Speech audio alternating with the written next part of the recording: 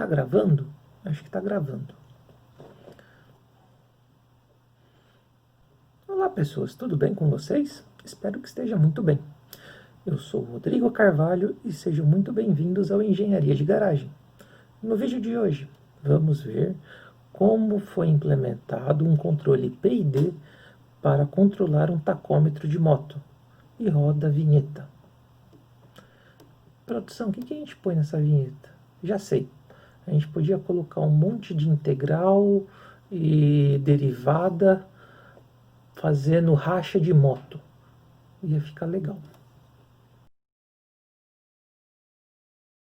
Muito bem, pessoal. Nesse vídeo aqui a gente vai tratar do controle PID aplicado num tacômetro de moto. Eu vou mostrar aqui o tacômetro. Esse aqui é o tacômetro, tá? Eu tenho um motor solidário a esse motor aqui. Eu tenho um encoder, tá vendo? Esse aqui é o encoder goiabinha que a gente encontra por aí, tá?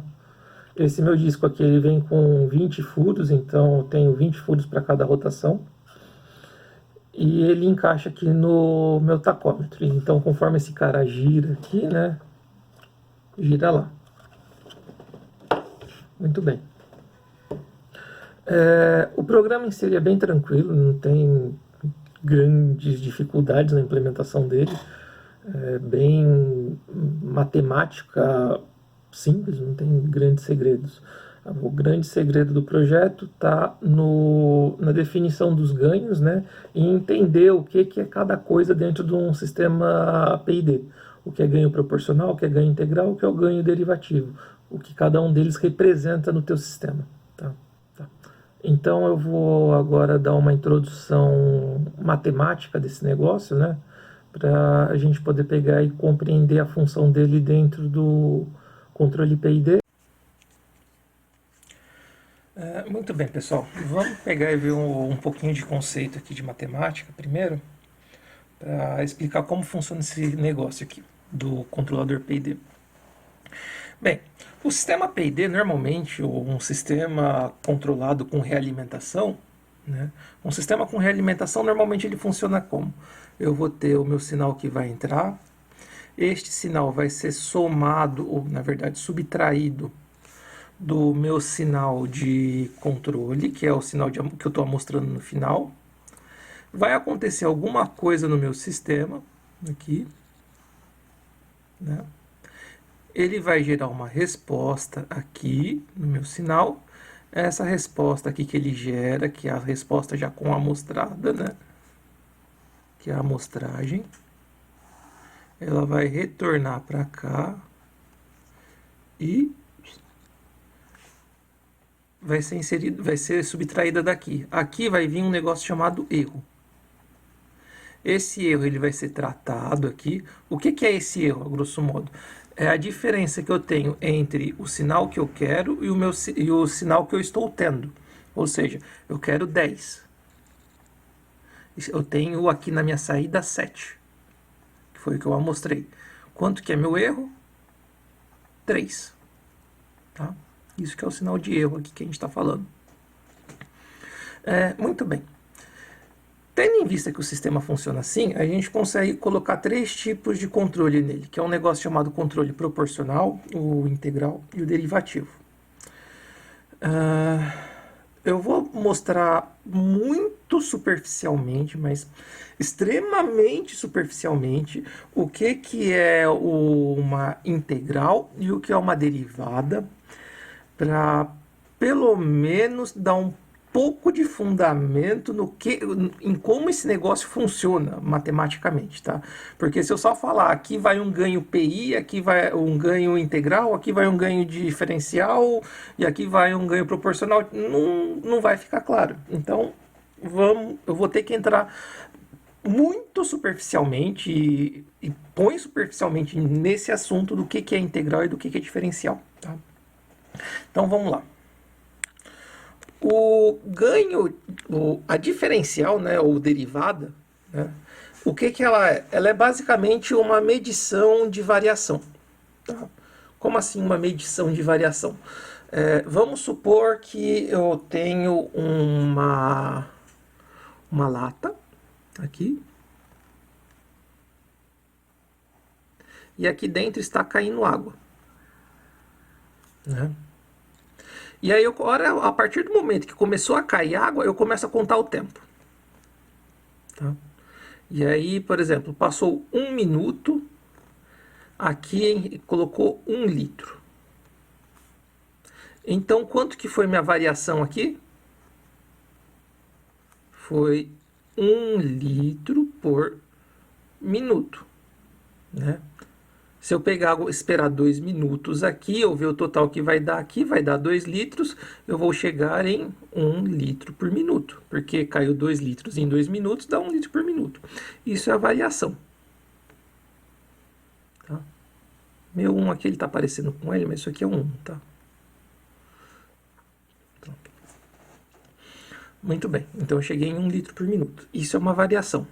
A derivada, ela faz isso, ela mede a variação em funções, né, em funções matemáticas, é isso que ela mede. Então, por exemplo, se eu tenho aqui uma equação de reta, que é esta daqui.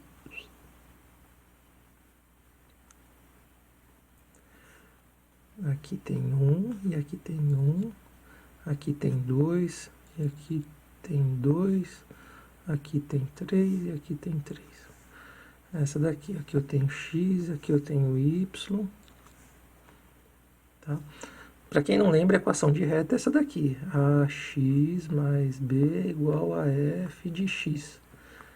Leia-se esse f de x como y. Tá? Aqui é só a anotação. Muito bem. A derivada, o que ela faz? Ela pega esta equação aqui e mede a variação dela instantânea. O que é a variação dela? O quanto está variando naquele instante. Né? Por exemplo, o quanto está variando no meu ponto 2 aqui, essa reta. Entendeu? É isso que ela vai fazer. Então, como funciona isso? Como que eu poderia medir a variação que eu tenho aqui do ponto 1 para o ponto 2? Bem, eu posso pegar o meu valor aqui em 2, né?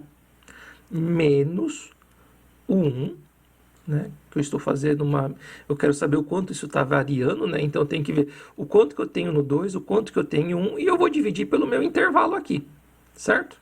Dividido pelo meu intervalo de 1. Quanto que foi minha variação aqui? Foi 1. Tá? A derivada faz exatamente isso, só que ela faz isso com uma função. Eu não vou pegar e fazer... eu vou colocar aqui só a definição matemática, mas a gente não vai ficar calculando o limite aqui. Mas é importante saber que isso é uma derivada, porque quando a gente vai fazer com sinais amostrados no tempo, eu tenho que calcular ele de forma discreta. Eu tenho o sinal de forma discreta, eu não tenho o sinal de forma linear. Então eu posso calcular ele usando o método de cálculo discreto, que é exatamente esse daqui. Tá? Eu pego o meu sinal numa posição, menos o sinal em outra, sobre o intervalo de variação. Como que fica a definição matemática dela? A f' de x, isso daqui é a derivada da função, é igual ao limite de f de x mais h menos a f de x sobre h, tendo h tendente a zero. Certo? É exatamente isso que a gente escreveu aqui. O que ele está fazendo? Ele está pegando... vamos supor que a gente está na posição 0. A gente vai pegar a posição 0 mais um pouquinho aqui, que é esse h, menos a posição 0 dividido pelo quanto variou, que é esse pouquinho aqui. O que é esse pouquinho? É um pouquinho, porque é um número que tende a zero. Quando a gente faz isso de forma discreta, esse h aqui, ele não tende a zero, ele tem um comprimento. Por exemplo, nesse caso aqui, o nosso h ele vale 1. Então, o que eu tenho aqui? Ó? Vamos considerar que a gente está no ponto 1. Então, é a f de 1 mais 1, né? A f de 1 mais o h, que vale 1, então é a f de 2. A f de 2, se eu olhar aqui no meu x, ela vale 2, certo? AF de 2 menos AF de 1, que o meu x vale 1 aqui, né? Menos AF de 1, que a resposta dele é 1 aqui, menos AF de 1, sobre 1, que é o valor do meu H. Isso aqui é exatamente o que a gente fez. Então, a f de x de 1 mais 1, que é a f de 2, né? Que é a f de x mais h, considerando x igual a 1, e o h igual a 1, é a f de 2. Então, a f de 2, que é 2 aqui, tá vendo? Menos a f de 1, que é a f de x, né? O x valendo 1, aqui. O x vale 1, a minha f de x vale 1. Se aqui der confusão, ó, esse y aqui a gente pode colocar como f de x, é a mesma coisa. Dividido pelo meu h, que vale 1 neste caso, que deu exatamente 1, certo?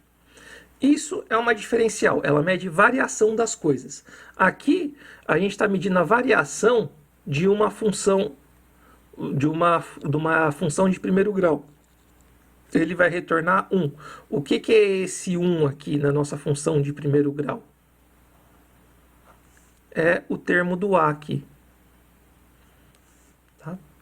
Só curiosidade. A integral, o que ela é de forma muito sucinta? Ela é basicamente a somatória da área que eu tenho abaixo de uma função. Como assim? Então, por exemplo, vamos supor que nós tenhamos uma função senoidal aqui, ó.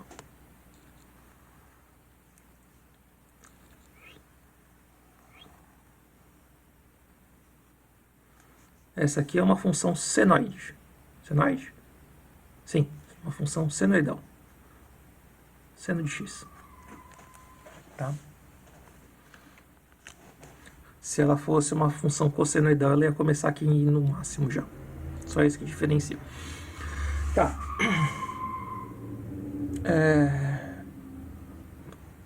Esse barulho é o pessoal que gosta de bagunçar aqui durante a noite. Muito bem. O que é a integral? A função senoide, que é essa daqui, ela não tem uma variação linear, ela é uma curva bem complicada, inclusive. E o que acontece? A gente não consegue calcular isso de forma direta. Se eu quisesse calcular esta área aqui, tá vendo? Eu vou querer calcular só esse pedaço aqui, que vai ser de 0, π sobre 2. Aqui é π e aqui é 2π. Pronto. Agora tá certinho. Bem, eu vou querer calcular essa área aqui da minha integral. Tá? A gente pode fazer isso de algumas formas. Uma delas seria qual, por exemplo?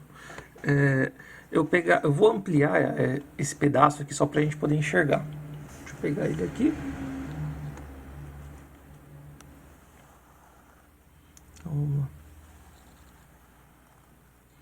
Isso aqui não é um semicírculo, tá? Isso aqui é um sinal senoidal.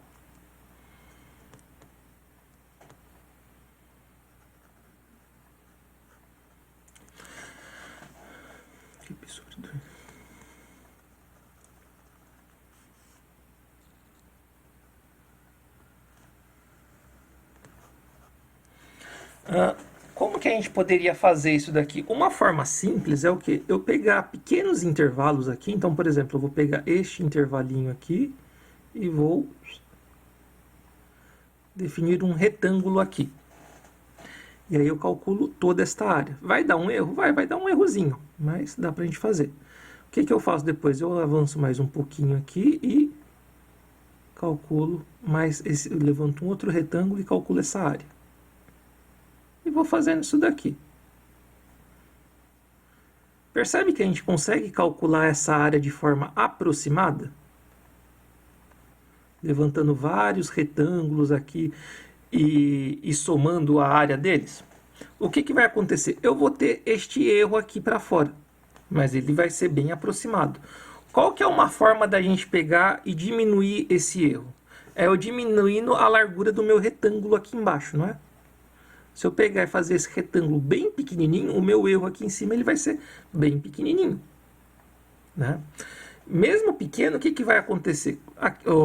Esse erro sendo pequeno, a tendência aqui do outro lado é que ele acaba até se anulando, que aí vai somar para cá, que vai somar aqui, ele acaba anulando, não, perdão, bobagem, não anula. Então o que acontece? Ele vai ficando bem pequenininho, a ponto que se eu pegar e ficar com um retângulo bem miudinho, meu erro vai ser muito minúsculo aqui. Tá? A integral, ela usa exatamente esse método para conseguir pegar e calcular a área debaixo dessa curva louca aqui, da curva senoidal, por exemplo. Né? Eu consigo calcular a curva abaixo de outra coisa? Sim, eu posso calcular a curva abaixo de uma equação de segundo grau, que é uma equação de reta.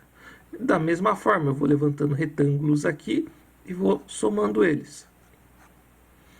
Tá? E aí eu vou ter um pequeno erro.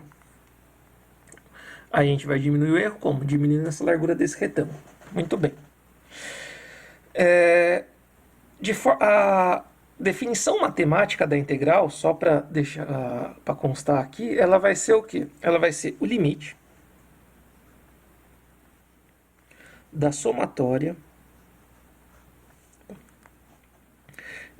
com i igual a zero até n, tá? Da f de xi vezes ΔX, com esse ΔX tendente a zero. O que isso quer dizer? O 0 a n é o meu intervalo. Então, por exemplo, vamos supor que eu vou pegar vou calcular até aqui π sobre 2, por exemplo. Né? Eu quero calcular toda esta área. Né? O zero é aqui, a posição 0. O n vai ser o π sobre 2, neste caso aqui. Tá? Então eu vou ter que ir variando este i aqui de posição em posição com esse ΔX tendente a zero. Por que tendente a zero? Que é para eu ficar com esse espaçamento aqui bem miudinho. Bem miudinho, tá? A gente consegue calcular isso de forma aproximada? Consegue. Vamos pegar e calcular isso, por exemplo, para um sinal, para uma equação de reta. Vai dar um erro absurdo, porque eu vou trabalhar com passos grandes aqui, né? Mas se a gente pegar uma equação de reta que ela não varia, ou seja, um sinal constante, dá perfeitamente. Então vamos lá. Aqui. Eu tenho aqui minha equação de reta, aqui é 1, aqui é 1, aqui é 2, aqui é 2, aqui é 3, aqui é 3, tá vendo? É uma equação a 45 graus, bonita.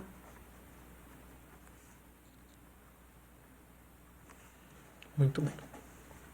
Como é que a gente pode pegar e calcular esse cara aqui?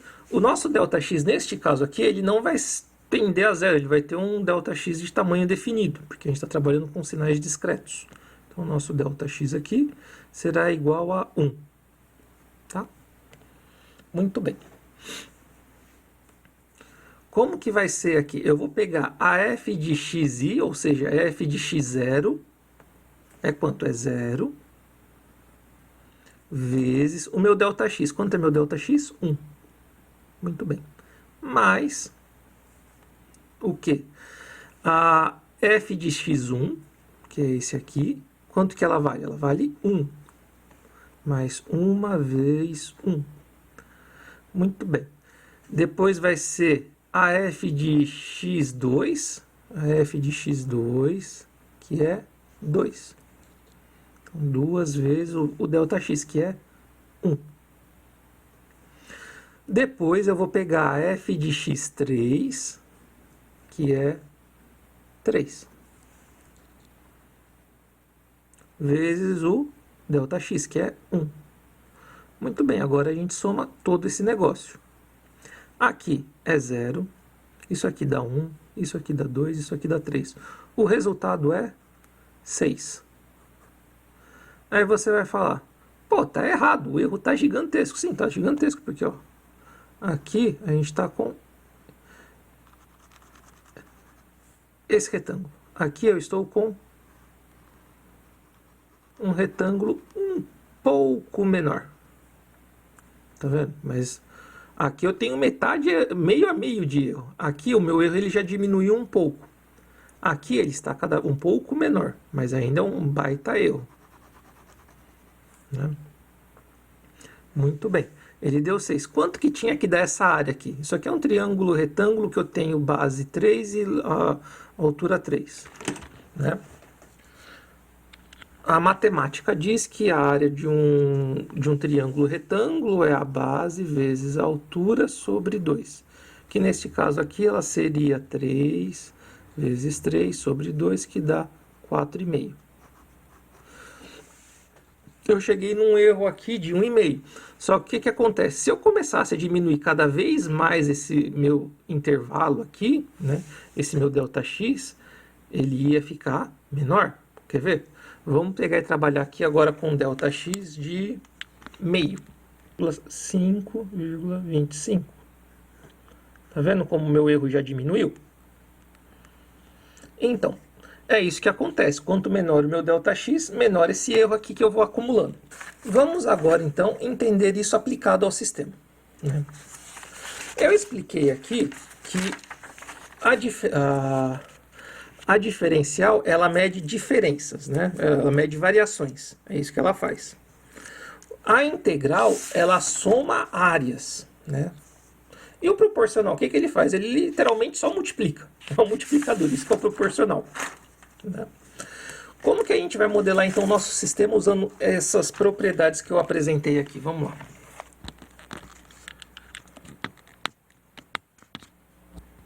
Muito bem. Como eu comentei, o nosso sistema ele vai ter um sinal que vai entrar aqui, que normalmente vai ser um degrau.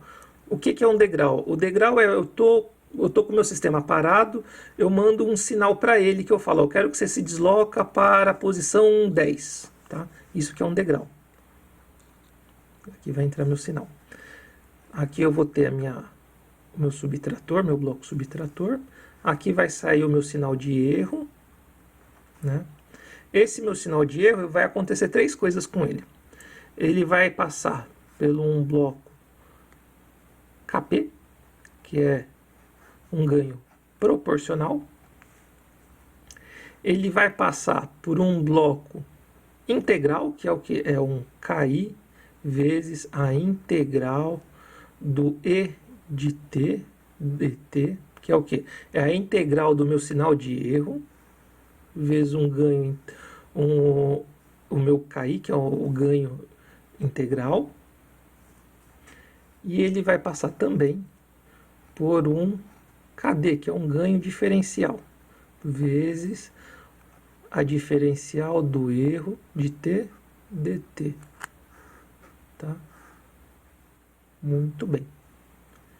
Esses 3 carinhas aqui, eles vão se somar num bloco somador. A saída desse cara vai para o meu sistema, né? E eu vou amostrar este cara. Aqui vai ser a minha amostragem, que é o meu retorno do sistema. Tá? É isso que vai acontecer. Muito bem.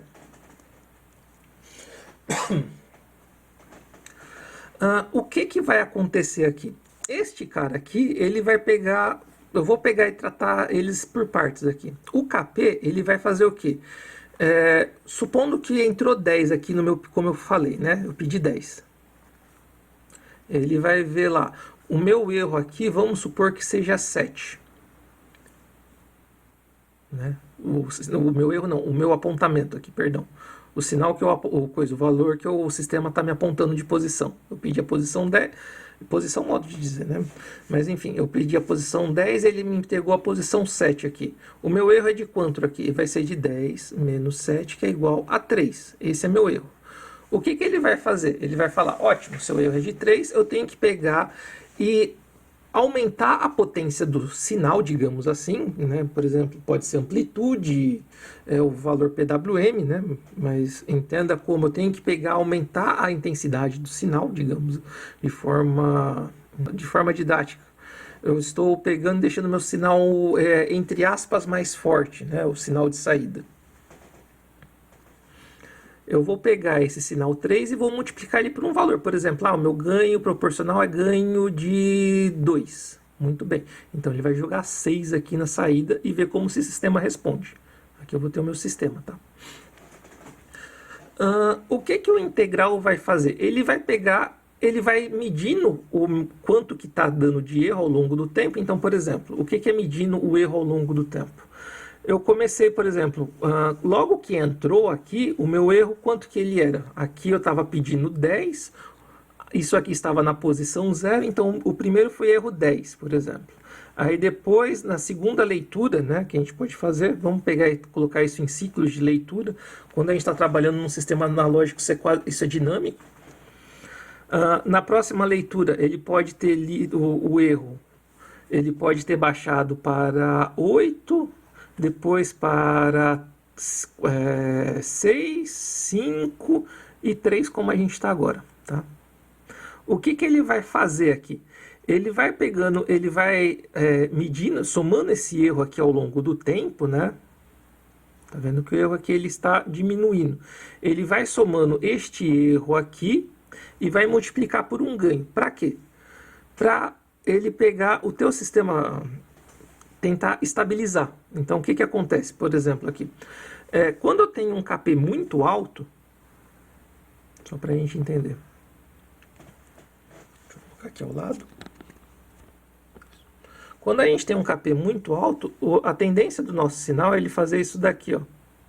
Ele ultrapassa, por exemplo, esse aqui é a posição que eu quero, tá? Era isso aqui que eu queria. Ele ultrapassa esse cara e às vezes fica oscilando aqui.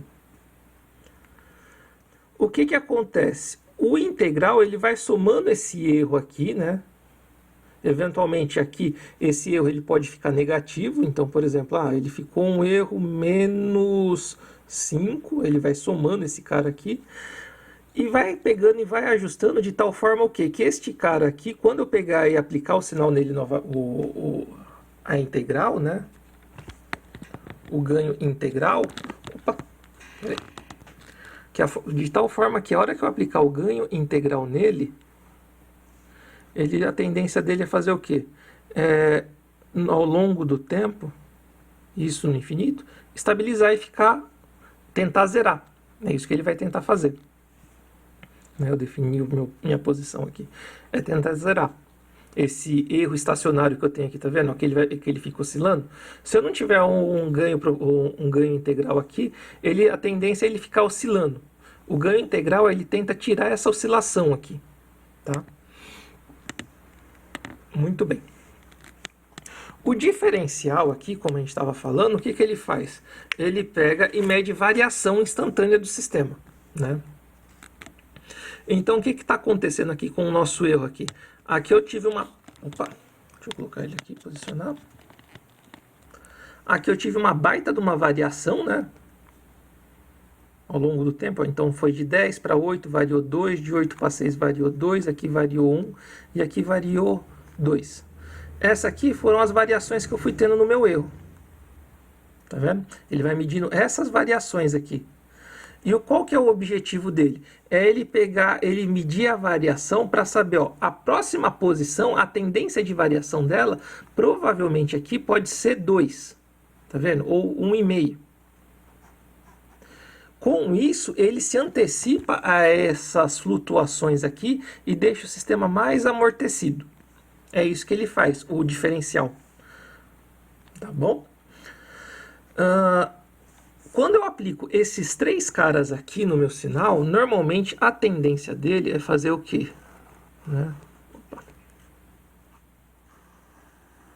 Eu vou ter aqui o sinal que eu gostaria, né? Que é o nível desejado, né? Que vai ser esse aqui.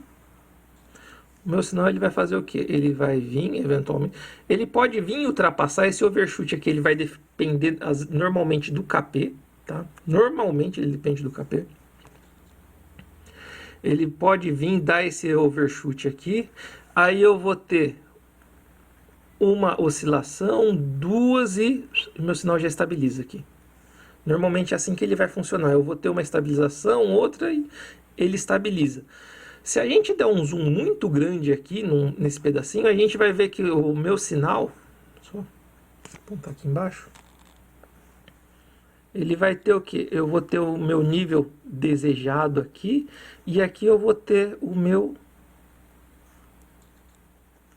sinal que eu quero, que é o sinal que eu estou mandando. Essa diferença do meu sinal para o que eu gostaria se chama erro de estado estacionário, certo? Esse aqui é o meu erro de estado estacionário. Esse cara aqui, a tendência a ele é que o ganho integral corrija ele, mas isso a muito longo prazo, tá? Normalmente o sistema ele pega, todo o sistema ele tem esse erro de estado estacionário. Como a gente vai trabalhar aqui com um sistema, com um sinal amostrado, né, um sinal discreto, e não um sinal linear, esse erro de estado estacionário ele vai aparecer. Inevitavelmente, eu vou ter um erro de estado estacionário, que ele pode parecer, às vezes, eu posso ter meu sinal aqui, ele vai ficar, às vezes, vindo aqui embaixo, ele vai ficar oscilando aqui em cima. Essa amplitude aqui vai depender da resolução do nosso sistema, tá? Bem, pessoal, da parte matemática aqui que eu queria apresentar é isso, tá? E agora vamos para o programa que é bem mais tranquilo a implementação dele. E bora para a tela.